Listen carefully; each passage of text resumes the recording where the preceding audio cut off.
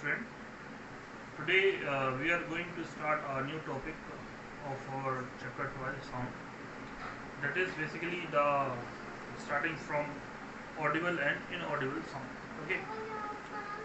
So what we have learned, or in our nature, what happened? Our ear can hear a certain range of sound. Okay. Means, so I am saying that our human ear can our human ear जो हमारा कान है can hear the sound of frequency range to 20 hertz to 20,000 hertz. Okay, so within that frequency 20 hertz to 20,000 hertz, 20,000 hertz, a human ear can hear a sound. ठीक है, मतलब 20 hertz से 20,000 hertz तक की जो फ्रीक्वेंसी होगी साउंड की, that sound we can hear.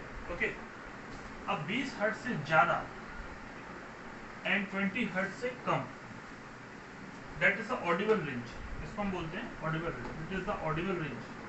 Okay, that is the audible range. ये हमारी ऑडिबल रेंज है, यहाँ तक हम सुन पाते हैं ह्यूमंस. अब 20 हर्ट्ज से ज़्यादा साउंड है, यानी 30,000 हर्ट्ज है, 21,000 हर्ट्ज है, that is known as ultrasonic sound. Okay, और you can say ultrasonic sound. Okay, तो अगर फ्रीक्वेंसी साउंड की 20,000 हर्ट्ज से ज़्यादा है, if the frequency of the sound is greater than the 20,000 hertz, then that sound is known as we can say ultrasonic sound, ultrasonic vibration.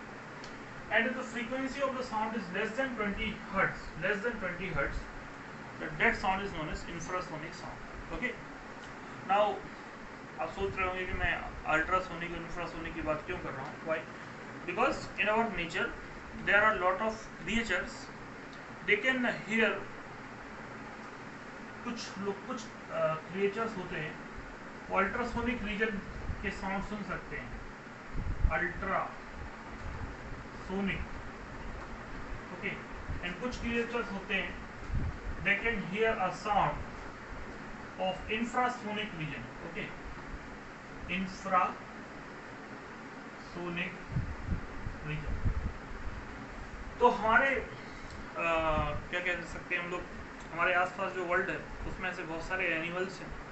ठीक है, उसके नाम मैं बताना चाह रहा हूँ आपको. The dogs can hear ultrasonic sound.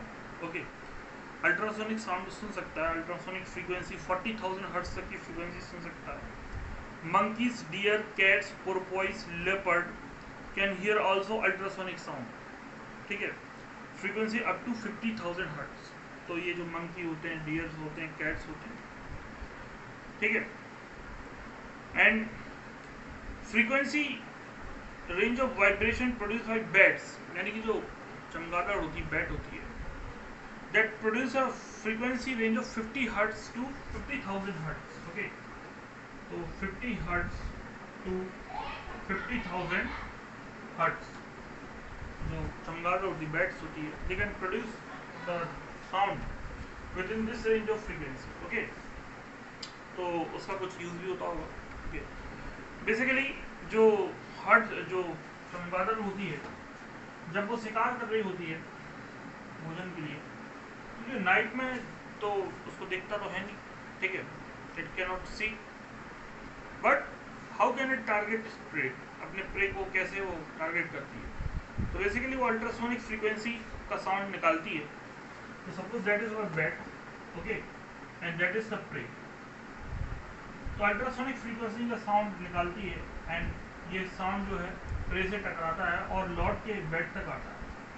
Okay, तो उससे बैट को अंदाज़ा लग जाता है कि हमारा प्रे कितने दूर है और हमको कब उस पर अटैक करना है. Okay, so in that way the bats can survive with the help of this ultrasonic sound. Okay, now dolphins and whales also use ultrasonic sound to locate their prey. Okay, dolphins and whales. And on the other hand, the elephant used to here infrasonic sound, जो elephant होते हैं, हाथी होते हैं, ठीक है, वो infrasonic sound सुन सकते हैं। और यू कैन से राइनासोर्स का एग्जांपल दिया है, राइनासोर्स जो गेंडे होते हैं, they can use to hear infrasonic sound. Okay, तो वो इंफ्रासोनिक साउंड जिसकी फ्रीक्वेंसी लेस देन 20 हर्ट्ज होती है उसको सुन सकते हैं, ठीक है, और इस तरीके से वो एक दूसरे में कम्युनिकेट करते हैं। Now use of ultrasonic vibration in our industry, so there are certain use of ultrasonic sound. पहला क्या है, to get the image of internal organs. We have the internal organs and with the help of the ultrasonic sound the doctor used to get the image of the आपने सुना होगा कि ultrasound करवा लो, पेट में दिक्कत है और बहुत प्रॉब्लम हो, डॉक्टर अल्ट्रासाउंड करवा लो। What do you mean ultrasound? Ultrasound से एक इमेज मिलती है हमें इंटरनल ऑर्गन्स की, okay, and so with that अपन हमारी जो प्रॉब्लम्स होती है डॉक्टर हमें सॉर्ट आउट कर पाता है। And it also use to study the growth of foetus, okay, जो बच्चा होता है जो माँ के पेट में होता है तो कैसे ग्रो कर रहा है, तो that growth pattern is also observed by the doctor with the help of ultrasonic vibration, okay, because that vibration create a image. Okay, now बर्तन धोने की मशीन होती है, ओके, उसमें बर्तन डाल दिए जाते हैं, डिटर्जेंट डाल दिया जाता है, एंड दो सॉल्यूशन जो डिटर्जेंट होता है उसको वाइब्रेट कराया जाता है अल्ट्रासोनिक फ्रीक्वेंसी पर, ठीक है, it has to be used to vibrate at ultrasonic frequency so that जो डिटर्जेंट है और जो वाटर है एक दूसरे से रब करें, क्या करें, रब करें, एंड इससे डर्ट क्या हो जाए, क्लीन हो जाए। तो डिश वॉशिंग मशीन में हम लोग इसका यूज करते हैं अल्ट्रासोनिक साउंड का, ठीक है। अल्ट्रासोनिक वाइब्रेटर्स को हम लोग यूज करते हैं कॉकरोचेस को भगाने के लिए, गोडाउन्स में जो कॉकरोचेस होते हैं, एंड अल्ट्रासोनिक वाइब्रेशंस के प्रति वो सेंसिटिव होते हैं, ओके, तो वो भाग जाते हैं उसको सुनकर।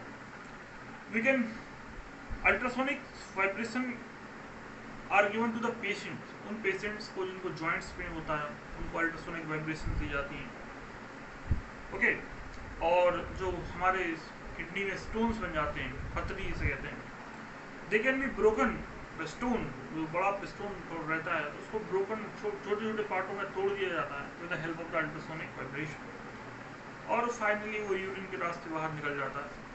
सो this are the use of the ultrasonic vibration, ultrasonic sound, okay. Now we are going to discuss on the characteristic of the sound. Characteristic means there are 3 characteristic, हम लोग 3 कैरेक्टरिस्टिक पढ़ेंगे, that is loudness, pitch and quality। हम ये 3 characteristic पढ़ेंगे। loudness, okay, so loudness, okay, that is the first characteristic of the sound। loudness depends upon the amplitude of the sound। मैंने आपको बताया था एम्पलीट्यूड कि एक पार्टिकल की अपनी मीन पोजीशन से जो मैक्सिमम दूरी होती है, ठीक है, सपोज जैसे सिंपल पेंडुलम, ठीक है, तो ये नेचुरल लेंथ से हमने इसको धक्का दिया तो ये मैक्सिमम यहाँ तक गया, so that is the amplitude. ये मैक्सिमम डिस्प्लेसमेंट ही एम्पलीट्यूड कहलाता है। तो जिस साउंड में जिसका जितना ज़्यादा एम्पलीट्यूड होता है वो ज़्यादा लाउडर होता है, ठीक है, और जैसे जो शेर की दहाड़ होती है बेसिकली वो ज़्यादा मैक्सिमम एम्पलीट्यूड का साउंड प्रोड्यूस करता है, तो लाउडनेस बहुत ज़्यादा होती है। So amplitude depends on the loudness of the sound, और अगर एम्पलीट्यूड नहीं है, ठीक है, एम्पलीट्यूड कम है तो साउंड फीबल होता है, okay. No pitch, actually pitch is that characteristic sound by which we can differentiate the sound of the same loudness, यानी कि दो अलग अलग प्रकार के साउंड है और उनकी लाउडनेस सेम है। And how can we differentiate, दो अलग अलग प्रकार के साउंड हैं और उनकी लाउडनेस सेम है, यानी कि amplitude same, how can we differentiate? So with the help of pitch we can differentiate. जैसे कि एक औरत और एक आदमी चिल्लाए, दोनों ही चिल्लाए सेम लाउडनेस से, ठीक है, और आपसे कहा जाए भाई आप डिफरेंशिएट कर पा रहे हो, कैन इजीली डिफरेंशिएट, अपनी पापा और मम्मी की आवाज़ तो बहुत ही आसानी से आप डिफरेंशिएट कर लेते हो। पापा भी उतनी तेज चिल्लाए और मम्मी चिल्लाए, लेकिन क्या होता है कि आपकी मम्मी की जो आवाज़ होती है दैट इज श्रिल, पतली होती है, वाई, बिकॉज उनकी फ्रीक्वेंसी ज़्यादा होती है, क्या होती है, फ्रीक्वेंसी ज़्यादा होती है। और जहाँ हम आपके पापा यानी कि मैन की बात करें तो मैन की जो वॉइस होती है उसकी फ्रीक्वेंसी ज़्यादा नहीं होती, उसकी फ्रीक्वेंसी नहीं ज़्यादा होती, तो फ्लैट साउंड निकलता है।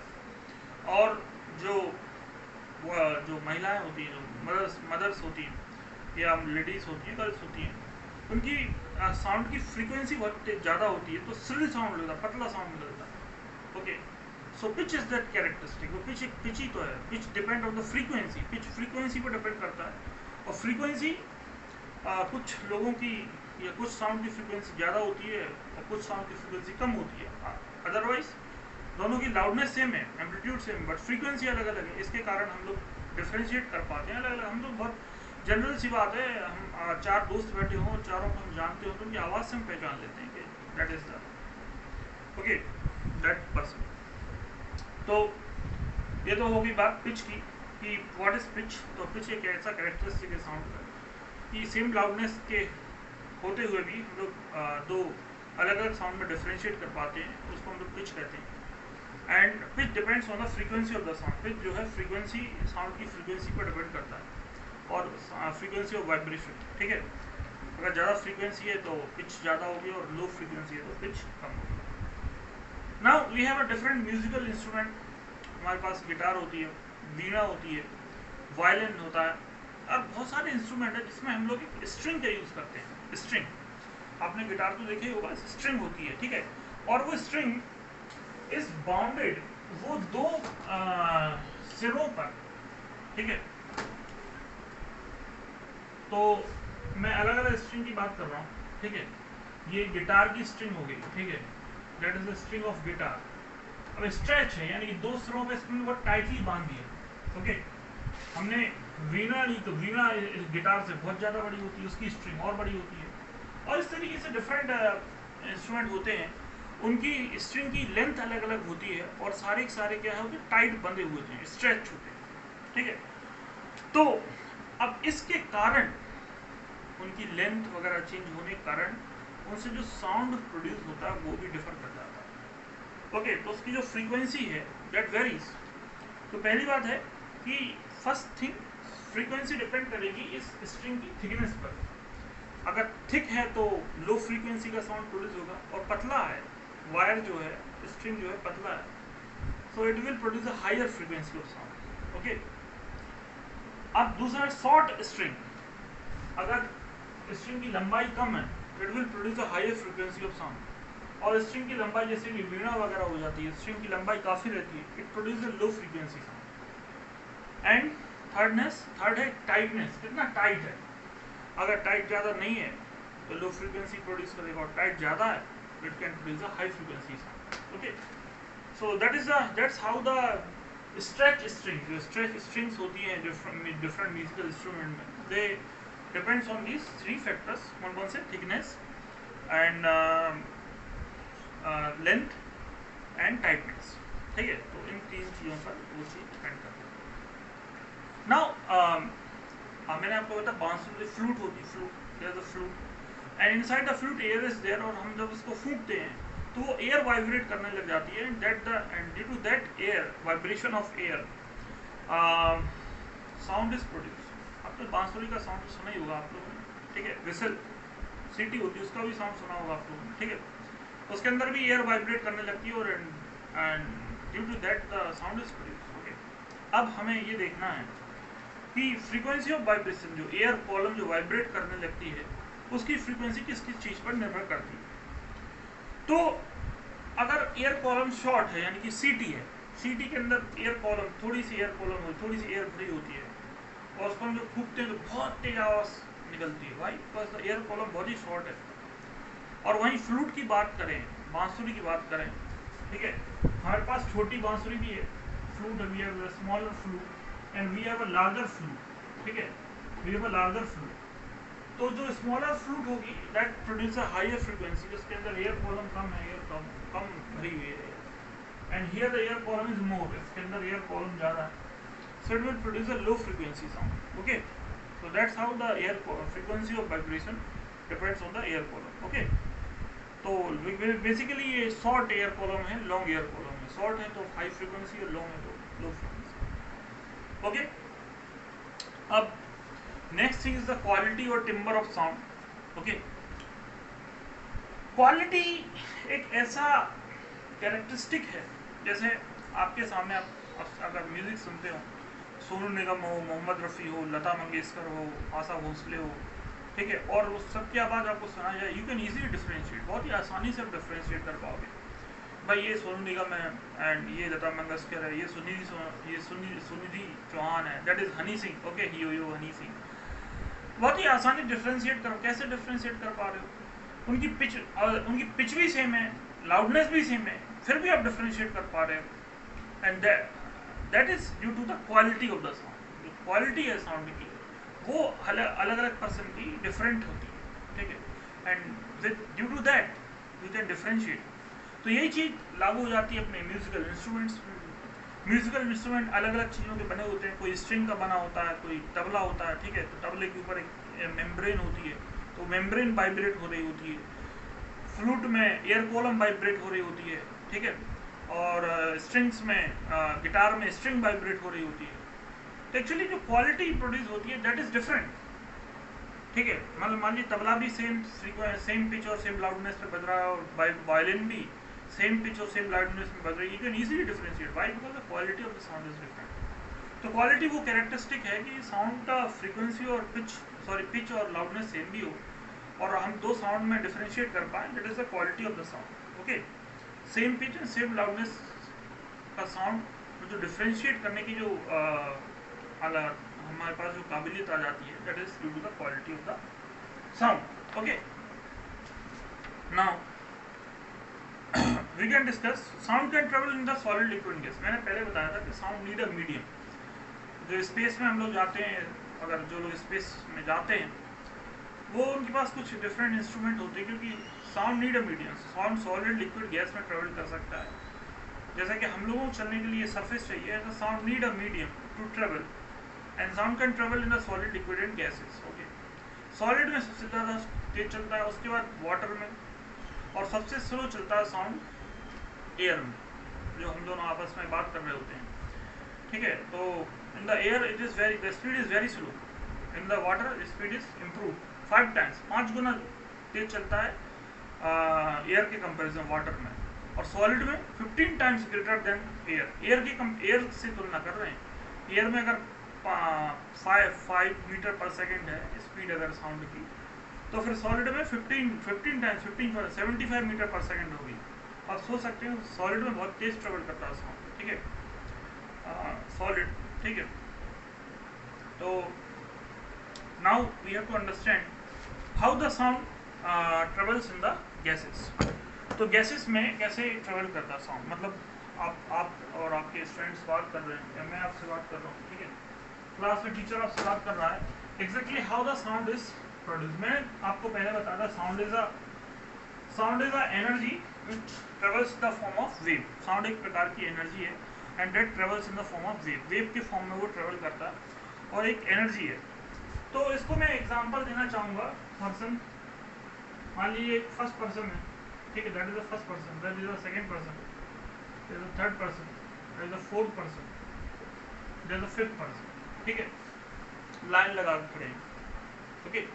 अब इसने इसको धक्का दिया, इससे क्या होगा, ये सामने वाले को धक्का देगा, इससे क्या होगा, ये सामने वाले को धक्का, गिर नहीं जाए, ऐसा भी धक्का नहीं गिर नहीं रहे हैं, हल्का सा झटका हुआ तो हम आगे की ओर बढ़े, तो हमने इसको धक्का दे दिया, इसने इसको धक्का दे दिया, इसने इसको धक्का दे दिया, इसने इसको धक्का दे दिया। तो बेसिकली ये जो पर्सन है, ये क्या यहाँ से यहाँ गया नहीं, ये पर्सन यहाँ से यहाँ नहीं आया, लेकिन इनसे होते हुए जो धक्का है, ठीक, जो पुश है, that travels from one person to another person and second person to third to fourth to fifth। ऐसे ही साउंड ट्रेवल करता है गैसेस में, ऐसे ही साउंड ट्रेवल करता है गैसेस में। तो बेसिकली होता क्या है, मैं आप कुछ गैसेस में मॉलिक्यूल्स होते हैं, तो आप जानते होंगे, ठीक है। और मॉलिक्यूल्स बेसिकली नॉर्मली निश्चित दूरी पर होते हैं, ठीक है, दीज आर द कंडीशंस में बना रहा हूँ, ठीक है। और इस तरीके से आप और आपके फ्रेंड के बीच में एयर के मॉलिक्यूल्स डिस्ट्रीब्यूटेड होते हैं। तो आपने कुछ बोला, सपोज यू स्पीक आउट, तो जब आप बोल रहे हो तो आपने अपने मुंह के पास जो एयर मॉलिक्यूल्स हैं उस पर एक फोर्स लगाया, प्रेशर लगाया, जिसके कारण ये सारे मॉलिक्यूल्स जो हैं इन मॉलिक्यूल्स के पास चले गए, ठीक है, मतलब वाइब्रेट होने लगे, इन मॉलिक्यूल्स के क्या चले गए, पास चले गए, दे कम्स क्लोजर, वाइब्रेट होने लगे। आपने बताया मॉलिक्यूल वाइब्रेट होगा, इधर जाएगा और फिर इधर जाएगा, ठीक है, और मीन पोजीशन के अबाउट ऐसा इस तरीके से वाइब्रेशन होती है।